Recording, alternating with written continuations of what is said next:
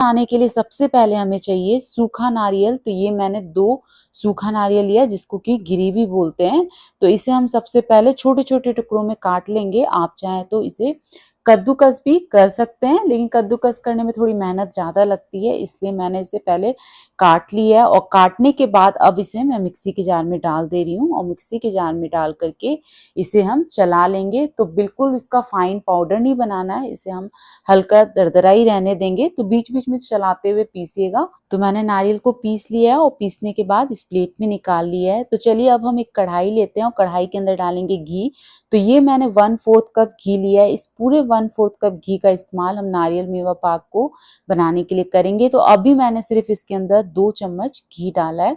घी इस समय गर्म हो चुका है, तो मैं इसके अंदर अब डाल रही हूँ गोंद। तो मैं इसके अंदर 3 बड़े चम्मच गोंद डाल रही हूँ। गोंद को हमें हल्का सा फ्राई करना है। तो जैसे जैसे हम गोंद को फ्राई करेंगे, वैसे वैसे ये पॉपकॉर्न की तरफ फूलने लगेंगे।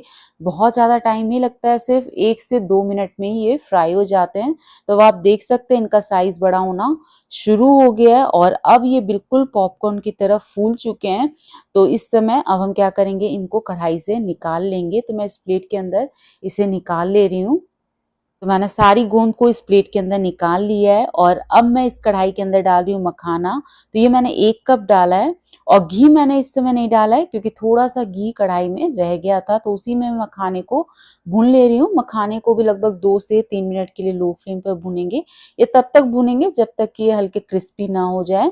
तो मखाने को भूनते हुए लगभग 2 से 3 मिनट हो चुके हैं, ये क्रिस्पी भी हो गए हैं। तो मैं इसे एक प्लेट में निकाल ले रही हूँ, और अब वापस से उसी कढ़ाई के अंदर मैं 1 चम्मच घी डाल दे रही हूँ, और इस घी के अंदर अब हम ड्राई फ्रूट्स को फ्राई करेंगे। तो मैं इसके अंदर डाल रही हूँ 1/4 कप काजू, और 1/4 कप ही मैं इसके अंदर बादाम डाल रही हूँ। और अब हम काजू और बादाम को भी लो फ्लेम पर लगातार चलाते हुए 2 से 3 मिनट के लिए भून लेंगे, या फिर तब तक भूनेंगे जब तक कि इनका हल्का हल्का कलर चेंज ना होने लगे। तो इस समय काजू और बादाम अच्छे से फ्राई हो चुके हैं, इनका हल्का कलर भी चेंज हो गया है। तो मैं इसे भी प्लेट में निकाल ले रही हूँ, ताकि सभी चीजें जल्दी से ठंडी हो जाए।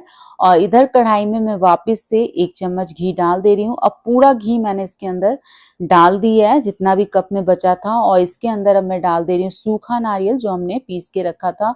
तो पूरा सूखा नारियल मैंने इसके अंदर डाल दिया है, और सूखे नारियल को भी अब हम लो फ्लेम पर लगातार चलाते हुए 2 से 3 मिनट के लिए भूनेंगे। सूखे नारियल को भूनने में ज्यादा टाइम नहीं लगता है, लेकिन जब सूखे नारियल को हम घी में इस तरीके से भून के यूज करते हैं, तो इसका टेस्ट बहुत ही अच्छा आता है, और बहुत अच्छी सी खुशबू भी आ जाती है। तो इस समय आप देख सकते हैं सूखे नारियल का भी कलर हल्का हल्का सा चेंज होने लगा है, और ये अच्छे से भून चुका है। तो मैं इसके अंदर अब लास्ट में डाल दे रही हूँ किशमिश। तो ये मैं 3 बड़े चम्मच डाल रही हूँ। अभी नारियल बहुत ज्यादा गर्म है, इसलिए किशमिश को भूनने में बहुत टाइम नहीं लगेगा, और किशमिश को हमें बहुत ज्यादा भूनना भी नहीं है। तो लगभग मैंने 30 से 40 सेकंड के लिए किशमिश को नारियल के साथ लो फ्लेम पर भून लिया है। और अब हम इस समय क्या करेंगे, गैस को बंद कर देंगे। बस आपको इसी बात का ध्यान रखना है कि नारियल को बहुत ज्यादा नहीं भूनना है, वरना नारियल का टेस्ट कड़वा हो सकता है। इस बात का जरूर ध्यान रखिएगा। तो नारियल अच्छे से भून चुका है, तो इसे भी मैं एक मिक्सिंग बोल के अंदर निकाल ले रही हूँ। और इधर जो हमने मखाने, काजू और बादाम को भून करके रखा था, ये भी अच्छे से ठंडे हो चुके हैं। तो अब हम इसे पीसेंगे। तो इसके लिए मैं इनको मिक्सी के जार में डाल दे रही हूँ, और इसे अभी हमें दरदरा ही पीसना है, इसका फाइन पाउडर नहीं बनाएंगे। तो मैंने इसे पीस लिया है, और इसे भी मैं नारियल के बुरादे के साथ ही डाल दे रही हूँ। और इधर जो हमने गोंद को फ्राई किया था, ये भी हल्की ठंडी हो चुकी है। तो इसे अब हम मिक्सी के जार में डालकर नहीं पीसेंगे, बल्कि क्रश करेंगे। तो किसी भी भारी चीज से आप क्रश कर सकते हैं, बहुत आसानी से ये क्रश हो जाता है। इसे मिक्सी में मत पीसिएगा, वरना इसका पेस्ट बन जाएगा। तो गोंद को मैंने अच्छे से क्रश कर लिया, और इसे भी मैं मिक्सिंग बोल के अंदर डाल दे रही हूँ। इन सभी चीजों को मिक्सिंग बोल के अंदर डालने के बाद एक बार अच्छे से मिक्स कर लेंगे। और मिक्स करने के बाद अब हम क्या करेंगे, हमें नापना है कि हमने टोटल कितना मिक्सचर तैयार किया है, इसी के हिसाब से हमें चीनी लेनी है। तो चलिए अब हम मिक्सचर को नाप लेते हैं कि हमने टोटल कितना मिक्सचर बना करके तैयार किया है। तो मैं इस कप से नाप रही हूँ। तो आप देख सकते हैं मैं किस तरीके से नाप रही हूँ। इसी तरीके से आपको पूरा मिक्सचर नाप लेना है। आप चाहें तो कटोरी के नाप से भी ले सकते हैं। तो टोटल 4 कप मिक्सचर बन करके तैयार हुआ है। अब 4 कप के हिसाब से ही हमें चीनी लेनी है। अगर आपने कटोरी से नापा है तो आप कटोरी के नाप से ही चीनी को लीजिएगा। और अब हम क्या करेंगे, इसके अंदर डालेंगे मिल्क पाउडर। तो आप किसी भी ब्रांड का मिल्क पाउडर डाल सकते हैं। मैंने इसके अंदर 1/3 कप मिल्क पाउडर डाला है और आप चाहें तो इसे बिना मिल्क पाउडर के भी बना सकते हैं। तो चलिए अब हम इसकी चाशनी तैयार करेंगे।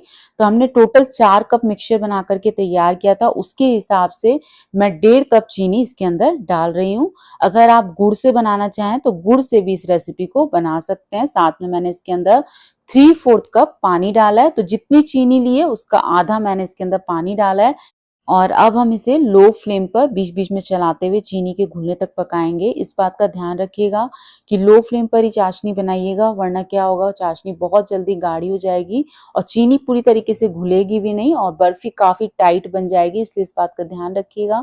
तो अब चीनी पूरी तरीके से घुल चुकी है, पकते हुए इसको 1 से 2 मिनट हो गए हैं। तो देखिए इसमें बिल्कुल पतला सा एक तार बन रहा है, बहुत गाढ़ा मोटा तार नहीं बनाना है। जब हल्का सा तार बनने लगे उसी समय हम क्या करेंगे, गैस की फ्लेम को लो करते हुए इसके अंदर पूरा मिक्सचर डाल देंगे और इसे लगातार चलाते हुए 2 से 3 मिनट के लिए पकाएंगे। या तब तक पकाएंगे जब तक कि मिक्सचर पूरी तरीके से कढ़ाई को छोड़ने ना लगे। तो मिक्सचर गाढ़ा होना शुरू हो गया है। तो इस समय मैं इसके अंदर इलायची का पाउडर डाल रही हूँ।